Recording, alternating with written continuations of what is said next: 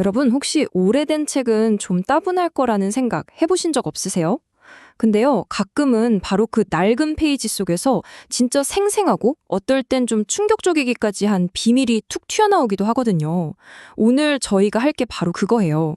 19세기 속어 사전을 한번 펼쳐들고 빅토리아 시대 사람들의 진짜 목소리를 찾아서 시간 여행을 떠나보려고 합니다. 자, 이 사전의 1891년판 공식 제목이 이렇습니다. 과거와 현재의 속어 및 그 유사어, 300년 이상 사회 모든 계층의 비정통적 언어에 대한 역사적 비교 사전. 와, 정말 거창하고 뭔가 되게 점잖게 들리죠? 근데 말이죠, 이 딱딱한 표지 바로 뒤에는 완전히 다른 세상이 펼쳐집니다. 네, 맞아요. 이건 사실상 비밀 언어 안내서나 다름없어요.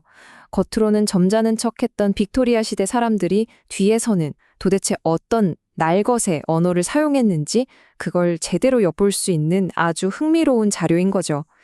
자, 그럼 그 비밀의 문 한번 활짝 열어볼까요? 첫 번째 주제는 바로 사교계입니다. 빅토리아 시대 사람들은요, 이 속어를 마치 무기처럼 사용했어요. 이걸로 보이지 않는 선을 긋고 서로를 판단하고 또 짓궂은 별명도 붙이고 그랬거든요. 댄디라는 말, 이건 좀 익숙하시죠? 외모에 엄청나게 신경 쓰는 남자를 말하는데요. 이 시대에는 보이, 벅, 팝, 스웰 같은 아주 다채로운 동의어들이 있었답니다. 머리부터 발끝까지 잔뜩 힘준 멋쟁이들의 모습이 눈에 그려지는 것 같네요. 캐드라는 단어는 지금 우리한테는 파렴치한이라는 뜻으로 더 익숙한데 시작은 완전 달랐어요. 1843년 대학가에서는요. 학교에 다니지 않는 사람들을 깔보면서 부르던 아주 노골적인 계급의식이 팍팍 묻어나는 그런 단어였습니다. 한번 보세요. 이 변화가 진짜 재밌지 않나요? 그냥 대학 안 다니는 사람에서 파렴치한 악당으로 의미가 확 바뀌었잖아요. 단어 하나가 그 시대의 가치관을 따라서 어떻게 변하는지 진짜 명확하게 보여주는 예시죠. 와, 이건 정말 환상적인 단어입니다. 카카푸의 고. 말 그대로 불을 뿜는 사람, 그러니까 허풍이 심하거나 성질 더러운 사람을 뜻하는데요. 어원이 더 대단해요.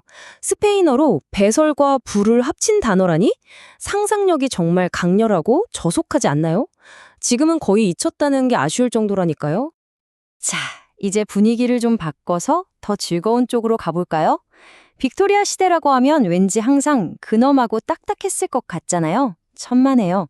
이 사교와 유흥에 관련된 속어들을 보면 그들도 우리처럼 유쾌하고 떠들썩한 밤을 보냈다는 걸 알 수 있습니다. 병을 깨다, 크래커 발효라는 표현 어딘가 좀 익숙하게 들리지 않으세요? 친구들이랑 같이 술 한잔 하는 걸 의미하는데요. 놀라운 건 이게 무려 1598년 셰익스피어 작품에도 등장할 만큼 아주 뿌리가 깊다는 사실입니다. 보아하니 빅토리아 시대 사람들은 술 취한 상태를 표현하는 데는 거의 시인이었던 것 같아요. 한번 들어보세요. 온통 대걸레와 빗자루가 된, 두들겨 맞은, 여우가 된, 영광스러운, 눈에 한 방울 들어간, 바다의 절반을 건넌. 와, 정말 하나하나 너무 재치 넘치지 않나요? 이건 또 뭘까요? 캘렙? 바로 고양이가 핥는 것이란 뜻인데요. 차처럼 밍밍하고 약한 음료를 보면서 에이, 이건 고양이나 핥아먹으라지 하고 좀 얕잡아 부르던 말이었어요. 재밌죠? 자, 이제 분위기를 확 바꿔서 빅토리아 시대의 어둡고 축축한 뒷골목으로 한번 들어가 보겠습니다. 바로 범죄 세계의 속어들인데요. 이 단어들을 차례대로 따라가다 보면 마치 한 편의 짧은 범죄 이야기가 만들어지는 것 같아요. 이야기의 시작은 범죄 그 자체입니다. 코니캐칭. 이건 사기 행위를 뜻하는 말인데요. 오늘날의 신용사기랑 비슷하다고 보시면 돼요.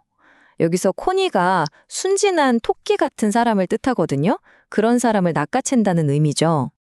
자, 범죄가 있으면 당연히 누가 등장해야겠죠? 네, 바로 캅입니다. 우리가 지금도 쓰는 바로 그 단어가 이미 이 시대부터 경찰관을 뜻하는 속어로 쓰이고 있었다는 거죠. 그럼 사기꾼이 캅에게 잡히면 어디로 갈까요? 바로 클링크입니다. 쇠사슬이 철커덕하고 부딪히는 소리가 연상되지 않으세요? 이 단어는 감옥을 뜻하는데 특히 런던의 한 악명 높은 감옥의 실제 이름이기도 했대요. 그리고 이 짧은 범죄 이야기의 마지막을 장식하는 아주 시적인 표현이 있습니다. 바로 클링크의 키스하다. 감옥에 갇힌다는 말을 이렇게 표현하다니 정말 강렬하면서도 어딘가 좀 씁쓸하지 않습니까?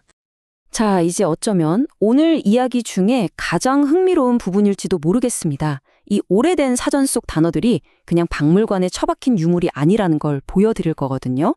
우리가 오늘날에도 정말 무심코 사용하는 표현들, 그 뿌리가 바로 이 빅토리아 시대 혹은 그 이전에 있다는 사실에 아마 깜짝 놀라실 거예요. 어떠세요? 지금까지 본 이 오래된 속어들 중에 과연 아직도 쌩쌩하게 살아남아서 우리가 쓰고 있는 표현이 있을까요? 잠시 한번 생각해 보세요. 정답 곧 공개합니다. 첫 번째 생존자는 바로 콜드 숄더입니다. 누군가를 일부러 쌀쌀맞게 대할 때 쓰는 이 표현, 무려 1816년에 처음 등장했다고 기록되어 있습니다. 와, 200년이 넘게 살아남은 셈이죠? 대단하죠? 두 번째는 수탉과 황소 이야기, cock and bull story, 그러니까 허황된 이야기를 말하죠.